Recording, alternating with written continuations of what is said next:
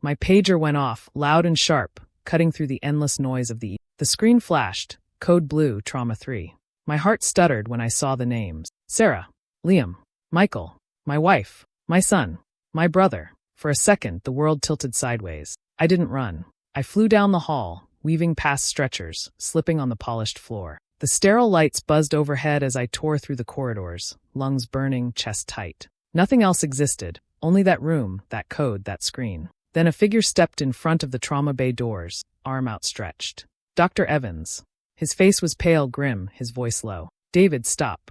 You can't go in there yet. My blood went cold. I grabbed his arm, my voice cracking. Why? He looked at me, then looked away, unable to hold my eyes. His lips pressed tight before he whispered, "The police, they need to talk to you first."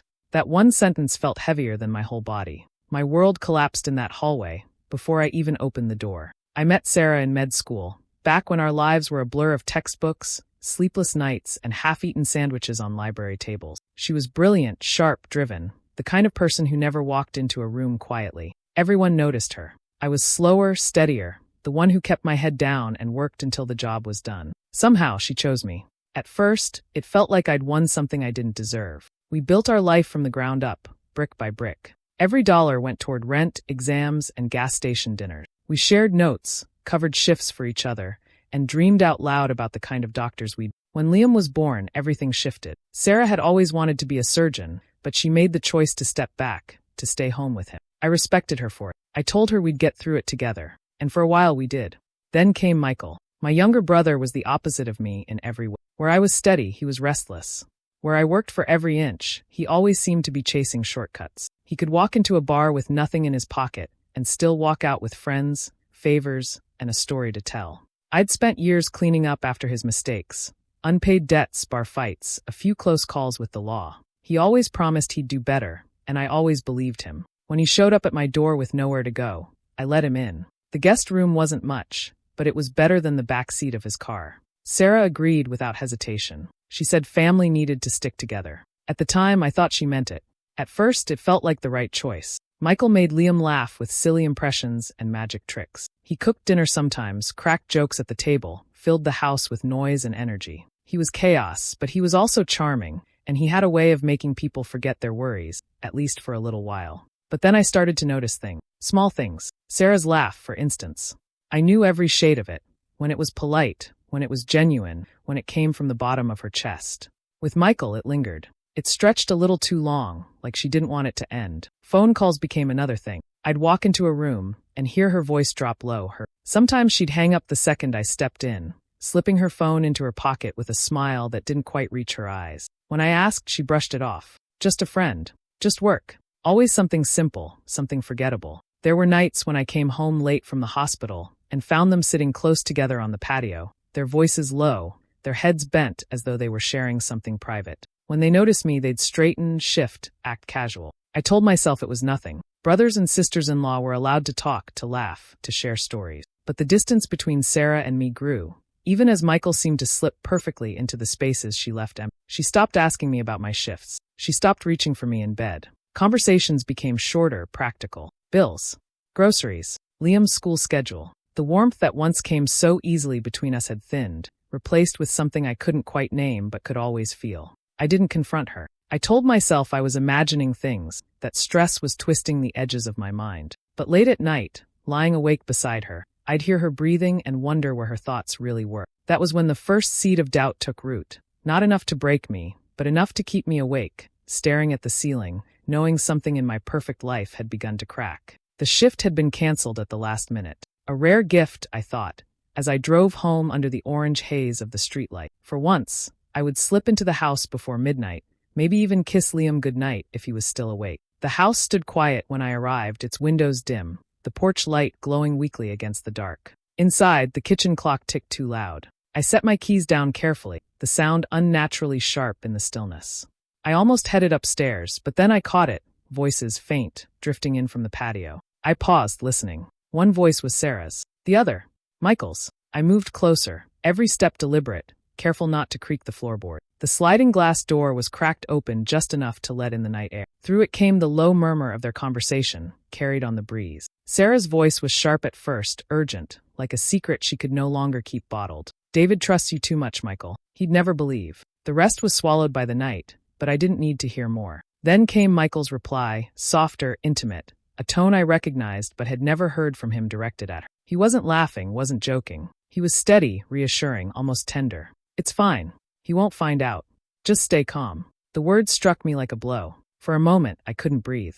My hands went cold, my chest hollow. I pressed closer to the doorframe, willing it to be some other meaning, some innocent explanation. But the silence that followed told me more than words could. Sarah sighed then, a sound I knew too well. It wasn't frustration or exhaustion. It was release, relief, the kind of exhale she once gave only with. The patio light flickered overhead, casting their shadows long across the wall. I didn't need to step outside to see how close they were sitting. I could feel it, like the air itself had tightened, shrinking the space between them. My first instinct was to crash through the door, demand answers, tear the truth out of them both. The urge surged hot in my chest, but just as quickly it cooled. Rage flared, then froze solid, turning into something sharper, heavier. I stepped back, silent as a ghost.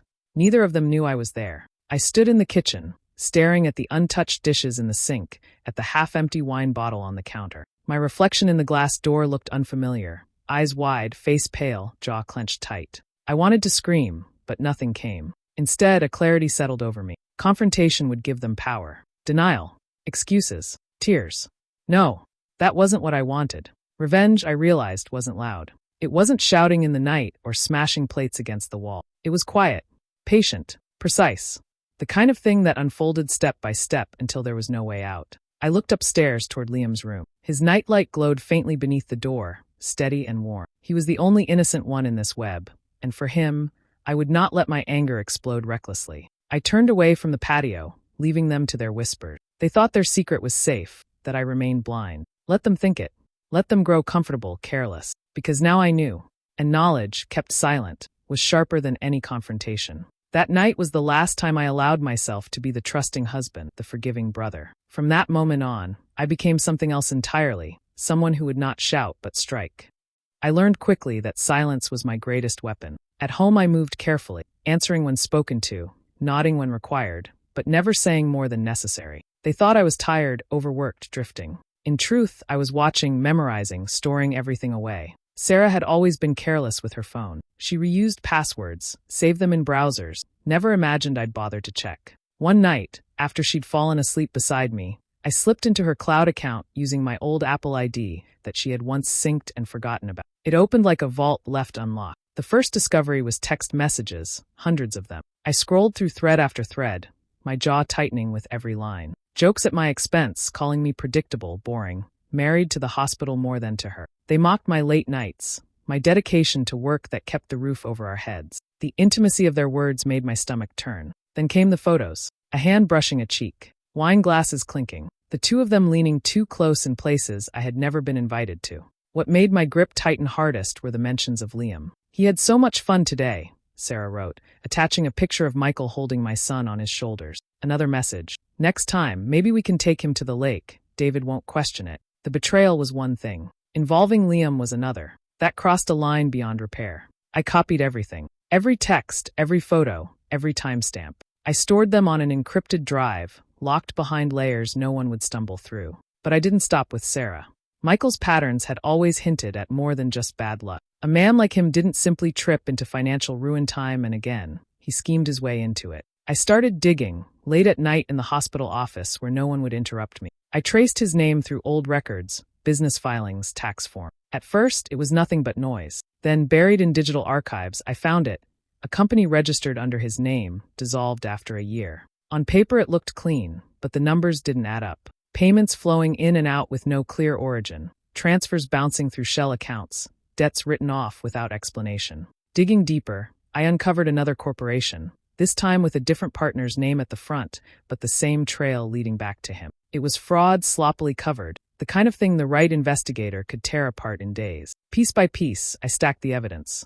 Sarah's texts, Michael's schemes, images of their laughter side by side while I broke my back in the ER. And beneath it all, proof of crimes that could destroy him in ways my fists never could. The strange thing was how calm it made me. There was no shaking, no urge to scream, just a quiet, steady certainty. Each new discovery felt like adding another stone to a wall I was building, brick by brick, around them. One day, when the wall was high enough, I would close it off completely, leaving them trapped with no way out. At home, I played my role. I kissed Liam goodnight, asked Sarah about groceries, even laughed once or twice when Michael spun another pointless story. They thought they were safe. They thought I was blind. But the ghosts of their messages, their paper trails, and their digital fingerprints told me otherwise. They were already undone. They just didn't know it yet. The evidence I had gathered was enough to ruin trust, but not yet enough to take Liam out of their reach. For that, I needed something irrefutable, something that no explanation or excuse could undo. I hired a private investigator,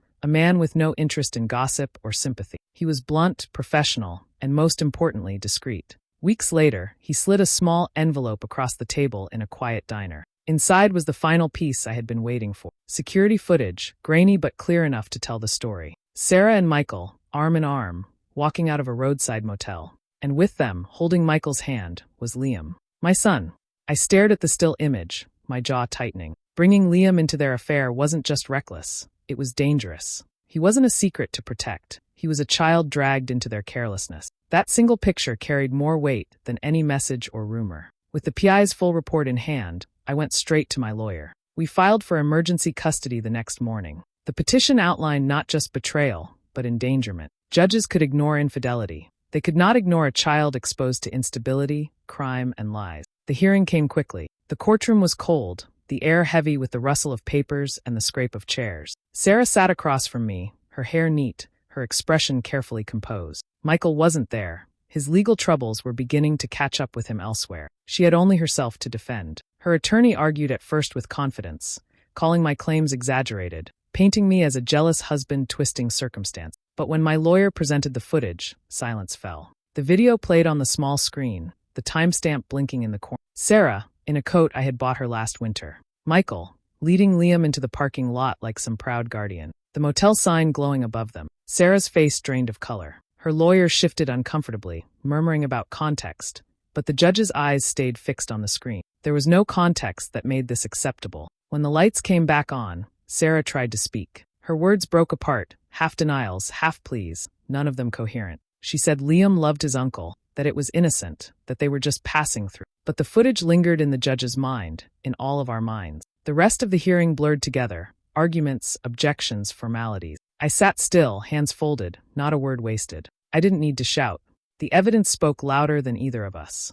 At the end, the ruling was clear. Primary custody awarded to me. Sarah granted only supervised visitation until further review. The gavel's sharp crack sealed it. She turned toward me then, eyes wide, as though expecting me to soften, to look at her with some trace of the man who once loved her. But I gave her nothing. That day wasn't about her, or even about Michael. It was about Liam, about cutting him free from their recklessness before it scarred him deeper than it already had. As I walked out of the courtroom, papers in hand, I felt no victory, just a cold certainty. Sarah had lost more than custody. She had lost the mask she had worn for years, the facade of a mother, the role of a partner. And though she didn't know it yet, this was only the second move in a game she had already lost. Sarah tried to rebuild after losing custody. I could see it in the way she carried herself, polished, rehearsed, determined to prove she was still someone of worth. She had spoken about returning to surgery, about redeeming the years she had given up. It would have been convincing to anyone who didn't know what lay beneath. I packaged the truth carefully, leaving no fingerprints. Copies of her messages and the motel footage went straight to the state medical board, accompanied by a letter outlining her neglect of responsibility. The evidence suggested distraction, recklessness, behavior unbecoming of someone entrusted with patients' lives. I mailed it from a city 2 hours away, using gloves, making sure no trace could lead back to me. The investigation opened quietly, but news spreads fast in hospital. Rumors of professional misconduct began to trail her. Applications stalled. Calls were not returned. Her once bright future dimmed to nothing, her credibility broken by her own choices. While Sarah's career crumbled, I turned my attention to Michael. The shell corporations I had uncovered were enough to interest the right people, if presented correctly. I sent an anonymous tip to the Financial Crimes Unit, attaching a detailed map of transfers, accounts, and false filing. Each document was real, each trail verifiable. All I had done was point the flashlight into the dark corner, where he thought no one would look. The raid came swiftly. His apartment was torn apart, computers seized, accounts frozen. Friends who once laughed at his stories began to distance themselves. Without money to lean on or favors to call in, he stood exposed. Court dates followed, each one stripping him further. Bail restrictions cut off his freedom of movement. He was forced to appear, silent and cornered, while prosecutors laid out the beginnings of their case. For both of them, the collapse wasn't sudden. It was steady erosion, piece by piece. Sarah found herself locked out of the career she had once sacrificed everything for. Michael, the man who lived on shortcuts, discovered every exit sealed. I never raised my voice. I never showed my hand. From the outside, I was just a father caring for his son, working long shifts, keeping my head down. Inside, I watched the system work, nudged by the truths I had released into it. Their lives, once so full of noise and confidence, grew quiet. Sarah was reduced to pleading letters to boards that no longer trusted her. Michael, once untouchable in his charm, became just another defendant waiting for trial. I hadn't needed to touch them. I only let their own actions reach the light. And in that light, they withered. I had watched their downfall unfold piece by piece. Custody stripped away, careers dismantled, finances seized. Yet something still tethered Sarah to me. Her presence lingered in the background of every decision, every document, every shared responsibility tied to Liam. It wasn't enough to expose her. She needed to be cut out entirely. That thought carried me into the lawyer's office one quiet morning. The process was clinical, nothing dramatic. We drew up a new will. Every account, every property, every insurance policy was shifted into a trust for Liam. The language was airtight, locked in ways no challenge could undo. There would be no disputes later, no loopholes for her to crawl through. My son would inherit everything directly, untouched by the wreckage of his mother's choices. When the documents were signed, I stared at the stack of papers on the polished desk. They were more than legal safeguards. They were the last step in rewriting the story of my family, closing it off from her influence forever. I placed the signed copy in an envelope and addressed it to Sarah. No explanation, no lecture. She would recognize the legal seals instantly. I tucked one note inside, just a single line written in my hand. This was always your true priority. Now it's irrevocably Liam's. There was no need for more. She would understand. The envelope was delivered by courier. I didn't wait long for her reaction. That night, my phone lit up with her name again and again. Calls I didn't answer. Messages I didn't read. When she finally realized silence was all she'd receive, she turned to email. The subject line was one word. Why? I didn't open it. I didn't need to.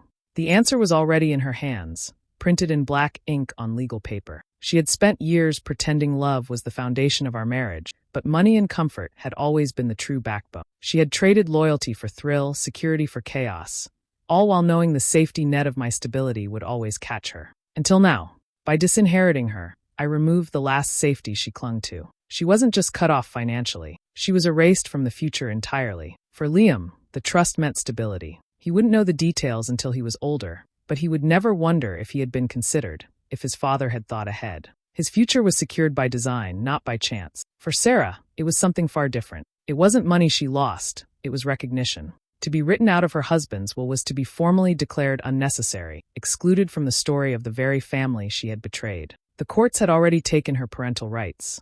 Now I had stripped away her legacy. She tried once more to see me in person, appearing outside the hospital during a late shift change. Her face was drawn, her eyes sharp with something between anger and desperation. She stepped forward, papers clutched in her hand, but I walked past her without a word. There was nothing left to discuss. The document spoke louder than any argument could. That moment was the final cut. No ties, no lingering threads. She was gone from my future and Liam's by law and by choice. I went home that night and placed the sealed trust documents in a fireproof safe. When the door clicked shut, I felt the weight shift. The game was over. She had been playing for position, for security, for some share of control. Now she had none. The board was cleared, the checkmate delivered. The officers who stopped me outside the trauma bay didn't rush their words. They spoke with the heavy caution of men who knew they were tearing open a wound. Their uniforms were soaked from the storm outside, their boots leaving wet tracks across the polished hospital floor. One of them, a tall man with tired eyes, asked me to sit. I didn't.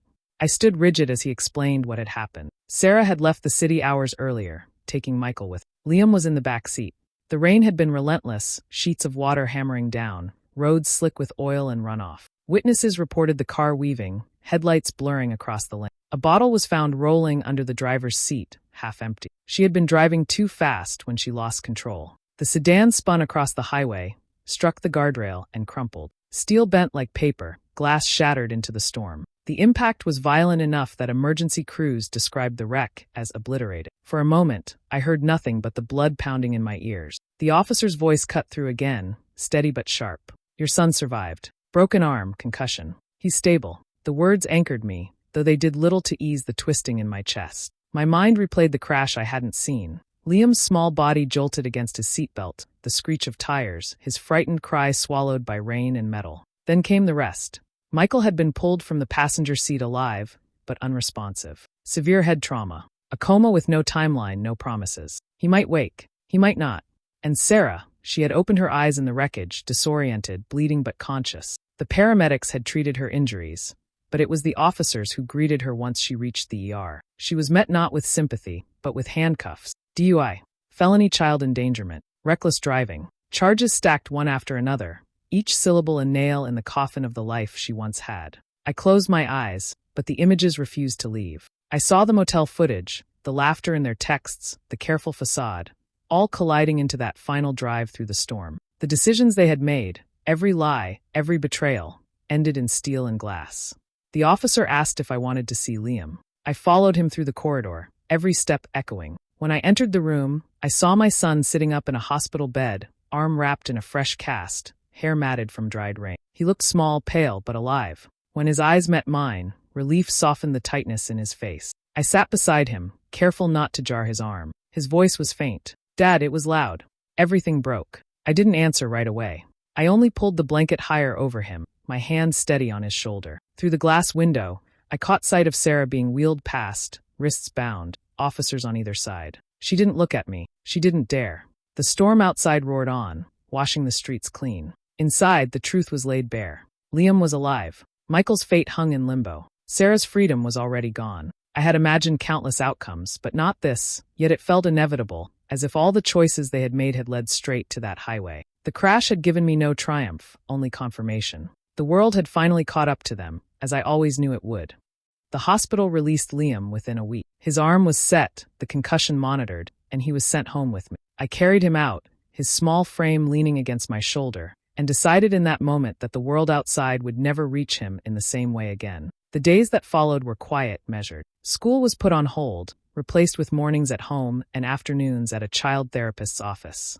The sessions were gentle, drawings, toys, stories that opened windows into the fear he didn't yet have words for. I sat in the waiting room, listening to the faint sound of his laughter through the wall, grateful each time it came. At home, I rebuilt our life around routine. Dinner at the table, bedtime stories, weekend walks through the park. The ordinary became sacred. Liam needed stability, and I gave it to him piece by piece, as if laying down planks on a bridge we had to cross together. He asked about his mother only once, his voice careful, almost apologetic. "Will she come back?" I told him only that he was safe with me, that he didn't need to worry about anything else. That answer was enough, for now. While I devoted myself to him, Sarah's voice filled the background of my days like static. Letters arrived, her handwriting frantic, margins crowded with apologies. Voicemails stacked up, her words tumbling over one another. Mistakes, forgiveness, second chances. She spoke of love, of family, of rebuilding what she had broken. Each attempt ended the same way: deleted, discarded, ignored. I gave her nothing. No reply, no opening, no crack in the wall I had built. My silence was my verdict, harsher than any courtroom sentence.